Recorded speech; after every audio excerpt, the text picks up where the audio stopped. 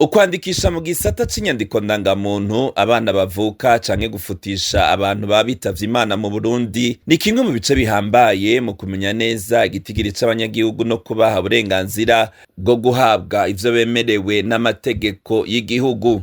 Naho hari intambwe imaze guterwa mu bijanye no kwandikisha abana bavutse, haracana intambamyi zituma bose badashobora kwandikishwa ku rugero rushimishije. Mu cegeranyo c'ishirahamwe mpuzamakungu ryitaye neza ibibondo UNICEF co muri 2024 cerekana ko ibice 84% vy'abana bari munsi y'imyaka 5 mu Burundi aribo bari bandikishijwe, mu gihe ku bana bari munsi y'umwaka umwe igitigiri cari ibice 73%. UNICEF ivuga ko ivyo biva kandi no mu bice abantu basanzwe babamwo, aho usanga hari abitabira ku bwinshi n'abandi bakwega amaguru kubera baba bategereye aharangurirwa ico gikorwa.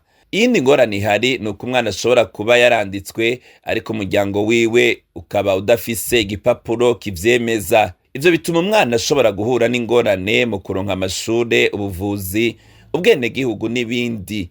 Iyindi ngorane ihari ni uko hakiri abana benshi batarandikwa canke abanditswe haciye igihe kirekire, cane cane ku miryango itishoboye, abateshejwe izabo, abatahuka mu gihugu, hamwe n'ababa mu turere tugoye gushikako. Ibintu bisa nk'ivyo nyene mu bijanye n'abitaba Imana, aho naho nyene bidakorwa nk'uko vyategerezwa. Iyo bikozwe neza bituma haboneka amakuru yizewe ajanye n'igitigiri c'abapfa, imvo zibituma hamwe n'uko abantu bapfa mu gihugu. Bikaba arico kimwe kandi n'abubaka izabo canke abahukana, aho iyo bikozwe neza bifasha gukingira imiryango n'abana imbere y'amategeko.